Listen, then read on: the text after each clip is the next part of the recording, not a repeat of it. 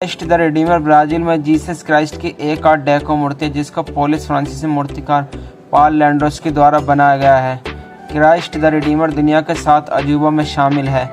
इस मूर्ति को फ्रांसीसी इंजीनियर अल्बर्ट कैकवॉट की मदद से इसको ब्राज़ील के इंजीनियर हेक्टर दा सिल्वा कोस्टा द्वारा बनाया गया है।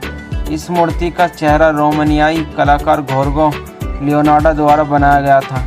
इस प्रतिमा की लंबाई 30 मीटर 98 फीट लंबी है, जिसमें 8 मीटर 26 फीट पेडेस्टल शामिल नहीं है। इस मूर्ति की बाहें 28 मीटर चौड़ी हैं।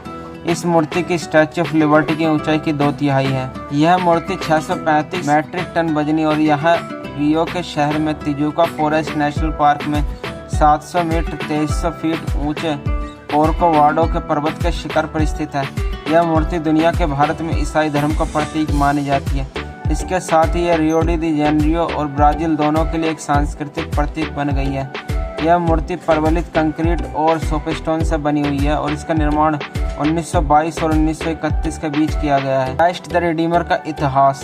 रियो में ईसा मसीह की विशाल प्रतिमा को डिजाइन करने का पहला विचार 1850 के दशक में आया था, जब वह के एक स्थानीय पुजारी माउंट कोर्कोवाडो के ऊपर एक ईसाई स्मारक को बनाने के लिए विचार लेकर आए थे। उन्होंने इसके लिए तत्कालीन सम्राट पेड्रो और इसके ब्राज़ील की राजकुमारी रीजेंट की बेटी से अनुरोध किया कि वो उनकी इस परियोजना के लिए फंड दें, लेकिन 1889 में ब्राज़ील में गणराज्य की घोषणा के बाद इस विचार को ख़त्म कर दिया गया है और एक शिखर के रूप में देश में चर्च और राज्य से अलग कर दिया गया। इसको प्रथम विश्व युद्ध के बाद तक नहीं बनाया गया था, जब रियो में रोमन कैथोलिक कट्टरपंथी और स्थानीय लोगों के एक समूह ने ब्राज़ील के समुदाय में धार्मिक विश्वास की कमी के बारे में चिंता करना शुरू कर दिया था।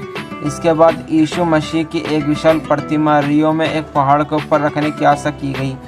इसके बाद यह अनुरोध किया गया कि यीशु की मूर्ति को माउंट कोर्कोवाडो के शिखर पर, ताकि इसको रियो में से कहीं से भी और किसी भी जगह से देखा जा सके।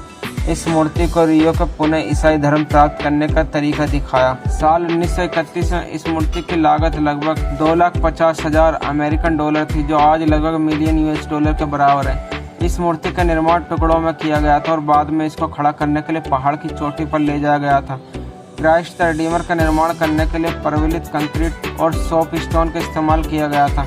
क्राइस्ट द रिडीमर का दाहिना हाथ दक्षिण रियो डी जेनेरियो की तरफ और बायां हाथ उत्तर रियो डी जेनेरियो की तरफ है।